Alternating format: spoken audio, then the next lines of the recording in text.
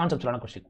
இந்த கொஸ்டின் வந்து பார்த்தீங்கன்னா என்ன கேட்டிருக்காங்க, the output of a logic gate is 1 when all its inputs are at logic 1.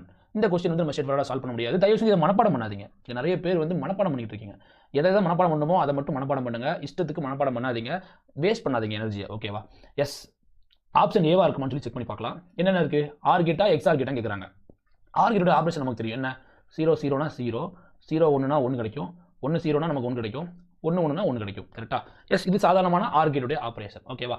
S, அவங்க என்ன சொல்றாங்க, when all inputs are எல்லாமே ஒன்றா இருந்தால் மட்டும் தான் அவுட்புட் 1 கிடைக்கும். கரெக்ட் தானே? எஸ், ஆர் கரெக்ட் தான்.